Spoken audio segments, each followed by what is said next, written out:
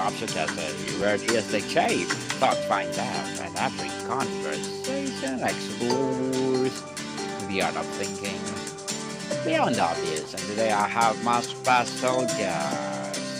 She's not just an author, she's passionate advocate for a magic of storytelling. Her philosophy centers around the belief that the most powerful tales arise from the complexities of human relationships. No other than Miss J.F. Monroe. Thanks for having me, Welcome, Daniel. welcome. Welcome, Miss JF, once again on Abstract Essay. And can you please introduce more about yourself that I miss? Absolutely. So I'm JF Monroe. I am author of The Legendary Guardians Reunions. It is the first book in a fantasy romance trilogy that has adventure and messy, deeply human emotions all mixed in that hopefully stick with the reader way after they close the book. It has gods and angels and demons and really epic battles, but at the heart of it all, it is about choice and love and resilience and identity. And book two, Descent into the Void Heart, has launched. It launched in July, and it's doing pretty well out there, and it's out now. Yes, and thank you so much for sharing your knowledge and wisdom to the world, Miss JF. Thank you, thank you, thank you. So today let's talk about your latest book, Descent into the Void Heart. So tell us, the title is incredibly evocative. Can you unpack the relationship between descend into the void heart and the subtitle through the sacrifice alliance affords? How does this internal, perhaps terrifying journey forge the most crucial external bonds?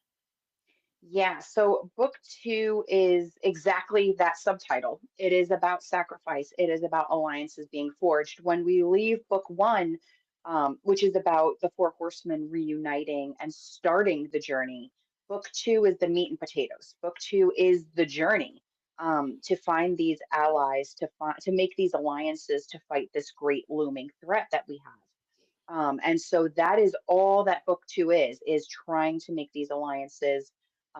There is a lot of sacrifice in book two. There's a lot of things that go down. Um, Without giving too much away, everything the characters thought they knew about their purpose is going to begin to unravel in this book. So the line between salvation and sacrifice blurs. It's not just the world that's in danger, it's their humanity, their relationships, a sense of who they are as individuals. And so, what I wanted to do with this title is the Void Heart isn't just a place, which it is in the book, of course, but it is Mhm. actually, a reckoning. Um, so Miss JF, is the void heart a physical place, a psychological state, or spiritual realm? What does the raise and what might one gain by discerning into it? yeah, so the Void Heart is a physical place in the book. It is actually the land of demons. That's where the demons reside in the Void Heart. It is a play on words. I loved when I was writing the book and the Void Heart came to me in reunions. I just thought, what an what a poetic name for a territory, right? The Void Heart, when you think about it, you're like, okay, demons, they're mean, they're heartless, they're cruel. But what I try to do is spin that on its head. And so there is a psychological factor to it. Spiritual, I mean, I wouldn't step too far into that realm, but definitely psychological in terms of the Void Heart is not exactly what you picture or what it seems. And I think that that's what you go through as you enter this book too. A void heart indeed, a place of demons. In this world, what form does true sacrifice take? Is it a classic loss of a limb for a life, or something more nuanced, like sacrificing one's memories, humanity, or deeply held belief? That's a great question. So there is a lot of unpacking when it comes to sacrifice in this book. So yes, there is sacrifice of a person or persons. There's a lot of battles. There's a lot of war going on right now, a lot of fights. So we do lose some people. However, I love that you kind of just said like a sacrifice of humanity, right? So there's a lot of internal struggle here. The biggest thing that I love when writing novels, when writing this trilogy is character development.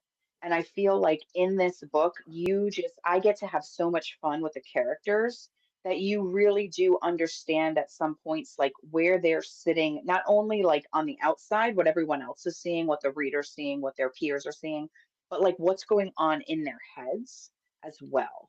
And sacrifice plays a big part in there. So we're not just losing people, like there is a lot of sacrifice of humanity, of love, of, what identity. Identity is another big one that is sacrificed in this particular part two of the book. That's wonderful to explore as an author and hopefully, devastating to read as a reader, devastatingly good to read as a reader. Interesting, Miss JF. So, as a part of legacy of the fourth trilogy, what specific weight from the past are you character carrying into this descent, and how does it either fuel or hinder their journey? Yeah, the best example of that is Theo. He's one of my main characters. He is the human vessel for the Horsemen of Death. He is carrying a lot of self-loathing and guilt, and and a lot of responsibility because he does lead them. And that transfers seamlessly into book two and even into book three. He just is a wonderful individual that has a dark side and is carrying a lot of baggage, and so a lot of that gets unpacked in book two, and we kind of see the fallout of it in book three.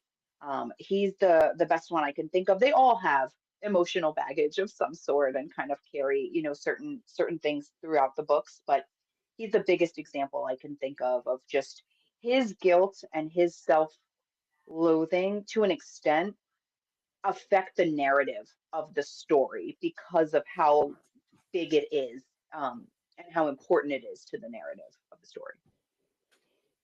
How important to the narrative for sure. And what is the fundamental flaw, fear, or false belief your main character must confront within Boyd Heart? What are the most afraid of finding when they look inward? Oh, that's a great question. When they look inward, fear, I mean, they have a ton of fears and flaws. But I would say that at the top of their list is loss. I would say loss plays a big part in this book.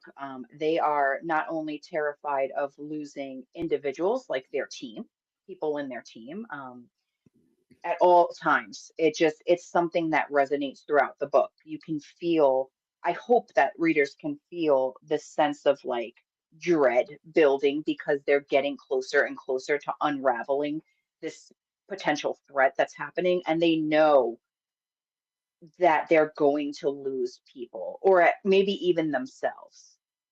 That no one's coming out of this unscathed. And so it is trying to wrap their heads around that particular fear of, I am on a path that is leading towards a destination where I know bad things are going to happen. And I'm probably going to lose some people that I really care about or lose myself in the process. And it's all of their struggle. And what I try to do is show it from different perspectives. So, like, with Theo, it's up front and center. You can tell right away that that's the biggest thing on his mind. He is trying so hard to not lose people. Shade is the same way, but she's a little bit more open about it. She will talk about it. And then we have someone like Laz who uses humor and sarcasm to cover up the fact that he does care about these individuals, and he knows that the path that they're on is probably leading towards a destination that they do not want to be on. And Mm-hmm. then you have like Wyatt and Penny, who are like the younger, people of the group, and they are trying to keep it real positive, and they don't even kind of think about the fears and the loss. They have it, and you could tell they have it, but they do not talk about it. They do not think about it. They are trying to stay positive. And then you have someone like Stella Dora, who is what you can consider the oldest of the group, very resigned to the fact, like, I'm on this path. I know where this path leads. I have accepted it already. And so think of it as like, what is it, the 5 or 6 stages of grief? Like they're all exploring that as you go throughout the book. Miss JF, the subtitle suggests alliances are forged, not found. Can you tell us about two characters who are forged into an easy partnership and what specific difficult sacrifice from each is required to make that alliance hold? Absolutely. So we meet a new character in this book. His name is Azazel. He is a what you would call a dissenter in the Void Heart. He is against Abaddon's reign. He does not believe in Abaddon, and so he is basically creating a uprising of people to eventually go against him. And so what Theo and his group are doing are trying to form an alliance with this individual to fight against Abaddon, which is one of several threats throughout the book. Um, Azazel, there is a twist to him that is revealed in the book that makes it a very personal journey for him. His reasons why he is, fighting against Abaddon, trying to liberate the Void Heart, hits very close to home for him. And so I'm excited for readers to learn a little bit more about his backstory. But you can say that, especially in that subtitle, like there is a lot on the line for Azazel. He is not doing this lightly. He has every single thing to lose if this goes wrong for him. And so it turns out that, yeah, Theo and his group might need Azazel, but Azazel needs Theo and his group just as much. And so you get to see that dynamic out in a very interesting way, I think, without giving too much away.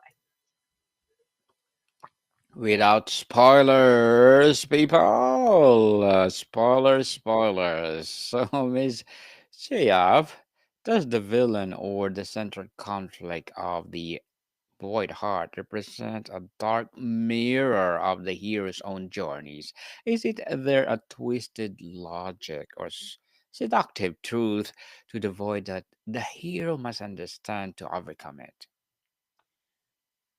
For one of them, for one of the villains, yes, there is. Hmm. For one of the villains, there is a logic to it. It's very personal. You get to unravel their backstory a little bit more. That's my what you would call in like fantasy romance, like my morally gray villain, where you are kind of sympathetic towards their journey, and you understand maybe a little bit why they got to where they are, and so, yes to that person. As for my other villain, who turns out to be one of the main villains, absolutely not. There is no mirror. That is a Sauron level villain. They want power. They seek power. They actually do not relate to any of my heroes in the story. They are just a cold-blooded, cruel, villainous type casted character. Villainous for sure. So, what is the relationship between sacrifice and power in your world? Is a power only earned through a great personal cause? And if so, how do your character grapple with the diminishing returns of the equation? Yeah, that's the whole book. That is the whole book of Descent into the Void Heart. It is the what they need to sacrifice to get this power, and for Azazel, and it turns out for Theo and his group, it becomes very, very personal.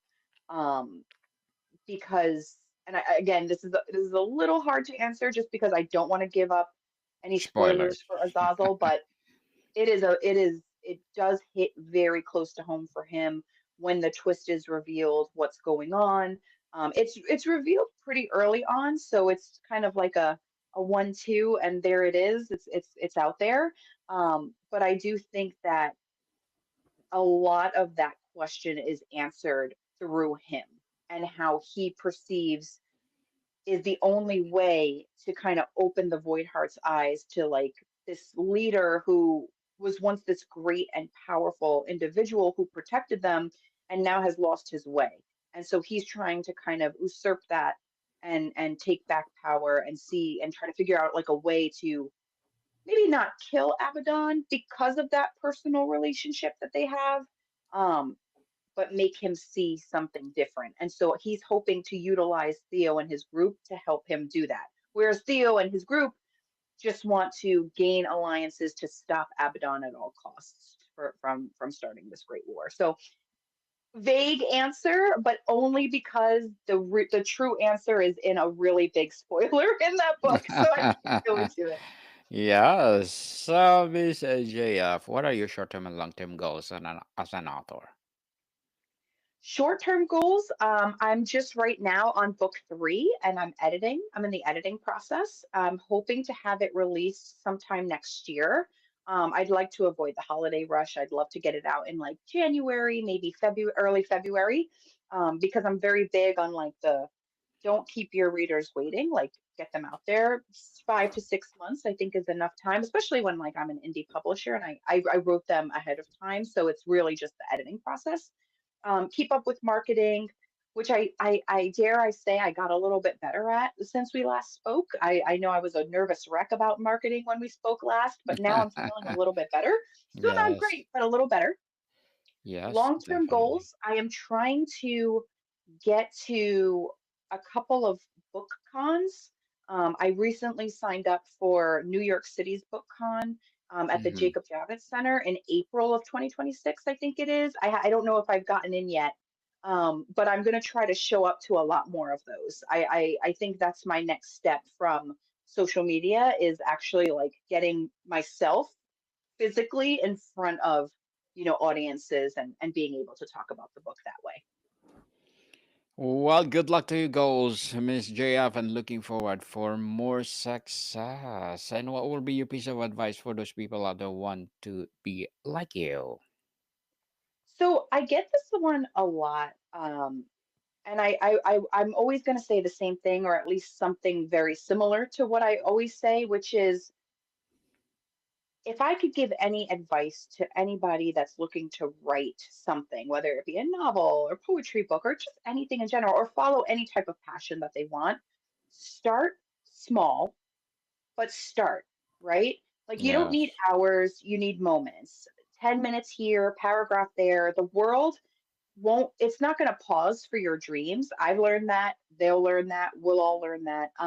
So you have to carve space for them. And so if you just give yourself grace, progress doesn't have to be perfect, it has to be meaningful. And so just start, even if it's small, but start. Yes. Start now, people, not tomorrow. Stop procrastinating. And let's promote to the world of what you are producing, just like Absolutely. Miss JF. And thank you for that advice. Can you please recommend a book or books that influenced your journey, Miss JF? Oh, absolutely. That influenced my journey. I will tell you right now, Lord of the Rings was a big component to this journey. The Hunger Games, Harry Potter, just a lot of really wonderful uh, fantasy books that fantasy or sci-fi books that really just is about the journey and about found family and about what it takes to survive in a world that is throwing everything at you and still going. So those are the definitely the books that influenced me. Thank you for those recommended books, Miss JF. And tell us, what is the central question you hope a reader is left pondering about their own life after experiencing this journey within alongside your characters? Question.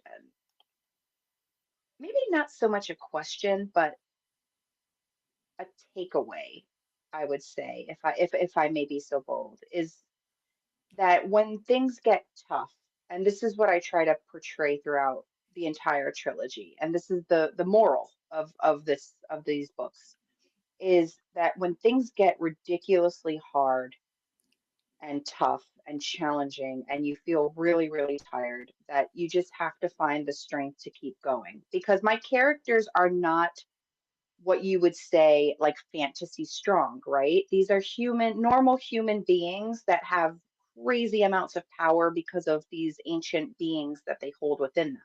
But power comes at a cost. And so that's shown throughout this book. The human vessels always they lose people, they get really tired, they want to give up, but they never do. And so the only takeaway I would ask is that when things get hard, to just keep going, right? Like just keep moving, keep going, don't give up, because ordinary people can do really extraordinary things and if they put their minds to it. And so that's what I would want them to take away from it. So not necessarily a question, but something that I hoped that they would take away from it as soon as they close the book. Can you share a brief, powerful moment where sacrifice, large or small, directly and undeniably forges a bond that becomes a critical to the plot? With no spoiler, for sure. Yes, I'm gonna teeter around this question so that I avoid spoilers. But there is quite a big sacrifice in the middle of this book, um, that really solidifies the alliance between Theo and Azazel.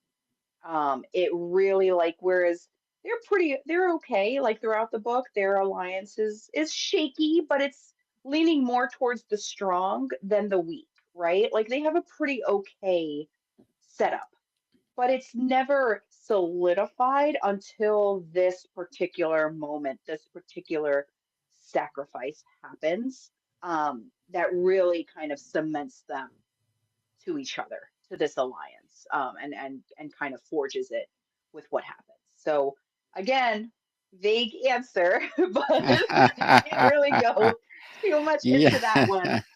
Um, Definitely. So before we wrap up our discussion, Miss JF, I'm inviting you to please do listen to my other podcast, people, because my abstract essay is already in fifth season. Abstract poetry in second season. I'm a book 101 to be in fifth season too. A comedy 101 in third season. I'm a food 101 in fifth season too. Geography 101, love letters, movie 101 review, music 101 are in fourth season. My baby podcast Law 101, Mental Health 101, and Bible Verses 101, and Science 101, Sex 101 in second season. Please listen to them wherever you listen your podcast. So, Miss JF, tell us, after such a profound descent, what is one spark of hope, core truth that your characters can cling to as they look forward to trilogy conclusion?